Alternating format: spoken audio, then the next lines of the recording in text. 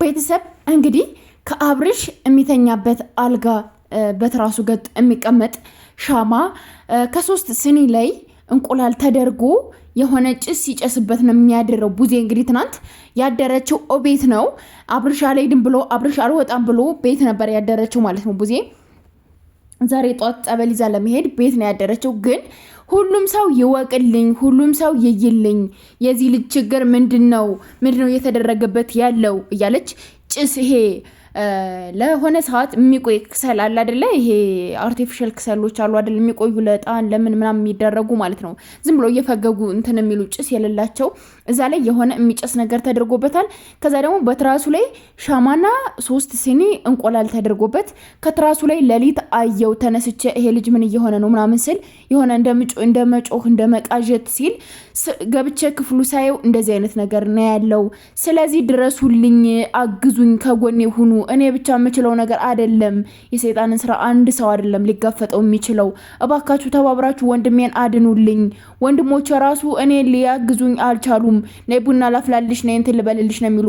እነ ሩታ ቤት ምንም አይነት ቡና ተፈልቶ አያውቅም። ግን አሁን ተረጋጊ፣ ቡና ጠጪ፣ እንደዚህ እንትን በይ። ከዛ ተነስቼ እንዴ ምን ጉድ ነው ይሄ? ቢቃጠልስ ቤቱ ሻማ ተበርቶ ክሰል ተደርጎ የሚያድረው ለምንድን ነው ምናምን ብዬ እንትን ስል ቡና መጠጣት ፈለግሽ እንዴ ምናምን፣ ቡና እናፍላልሽ እንዴ፣ ቡና ማረሽ፣ ጭሱን ስታይ ቡና አምሮሽ ነው ምናምን ብለው አሳበው እንደገና እንትን አሉኝ። ስለዚህ እባካችሁ ድረሱልኝ ብላለች። ገባችሁ አይደለ? ዴብም እንግዲህ የለም። ገባችሁ? ሚዲያ ላይ ሁላችንም ዴብ ችግር አለበት፣ ዴብም የአብርሽ እንትን ነው ምናምን እያልኳችሁ ስንላችሁ የሱን ችግሩን ስለታወቀበት እሱ ሰሞኑን ጠፋ። ገባችሁ አይደለም? ዴብ ሰሞኑን ጠፋ። ለምን? ከአብርሽ ጎን እየሆነ አይደለም፣ አብርሽን እያገዛው አይደለም፣ ለአብርሽ እየደረሰለት አይደለም ምናምን እየተባለ ሲባል እሱ ደግሞ ከሚዲያ ጠፋ። እሱ ጥፋተኛ አለ እንዳይባል፣ እሱ የሆነ ነገር አደረገ ምናምን እንዳይባል ማለት ነው። ገባችሁ? እንግዲህ መኪናውን የሚነዳው ኤፍሬም ነው። ትናንትም ነግሯቸዋል አይደለ? ኤፍሬም መኪናዬን ይዞልኛል አለ። ስልኩን ኤፍሬም ነው ያዘው። የእጅ ወርቁን የሰዓት ወርቁን የያዘው ኤፍሬም እጅ ላይ ነው ያለው። እንዳለ ሙሉ ነገሩን ወርሰውታል። ሙሉ ነገሩ ማለት ነው። ገባቸው አይደለ? ሩታና ኤፍሬም የአብርሽም ሙሉ ነገር መውረስ ነው የፈለጉት። ይሄ ወንድሙ ነው፣ የእናቱ ልጅ ስለሆነ ነው እንደዚህ ነው ምናምን። ኤፍሬም ሲጀመር ወንድሙ አይደለም። ገባቸው አይደለ? ትክክለኛ ወንድሙ እንትና ነው፣ ዴብ ነው። ዴብ ማየታችሁታል። ኤፍሬም ያክስቱ ልጅ ነው፣ ግን ከህፃንነቱ ጀምሮ ያደገው ከና አብርሽ ቤት እስከሆነ ድረስ ወንድሙ ነው የሚባለው እንጂ ወንድሙ አይደለም። ጋሽ የሚወልደው ልጅ አይደለም።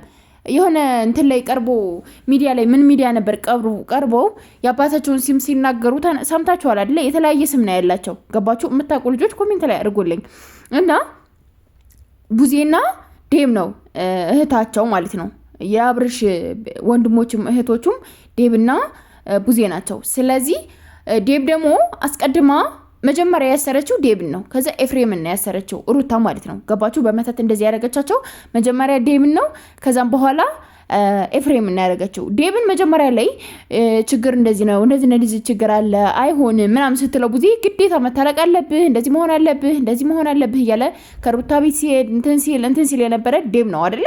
ስለዚህ አሁን ደግሞ ለሷ ሁሉንም ነገር ካመቻቸ በኋላ እሱ አብርሽ ሲያዝ፣ አብርሽ ሲጠመድ፣ አብርሽ የሆነ ነገር ሲደርስበት፣ አብርሽ ብቸኝነት ሲሰማው፣ አብርሽ ራሱን ሲጥል፣ አብርሽ ራሱን ማስታወስ ሲያቅተው፣ አብርሽ ምን እየተደረገበት እንዳለ ማወቅ ሲያቅተው ቡዜ ከጎን ይሁን ስትለው ምን ተፈጥሮበታል? ወደ ትዳሩ ስለተመለሰ ከሩታ ጋር ስለተጣላሽ አንቺ አብረው አይሆኑም ብለሽ ይሄን ነገር የምታስቢ ምንም ነገር ያደረገችበት ነገር የለም፣ እሷም ሰው ናት እኛም ሰው ነን እምትል ምን ብለ ነው?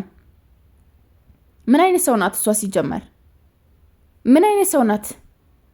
ከሷ አልፎ ዳኒ ልክ አይደለም እያለ ነው። ከዛ ቤት ለመቆየት እዛ ቤት ይሄን ያህል ቀን ለመቀመጥ ምን አነሳሰው? አብርሽ እኮ ልጄን ልይበትና ልውጣ የሚል ሰው እንጂ እዛ ጋር ልቀመጥ የሚል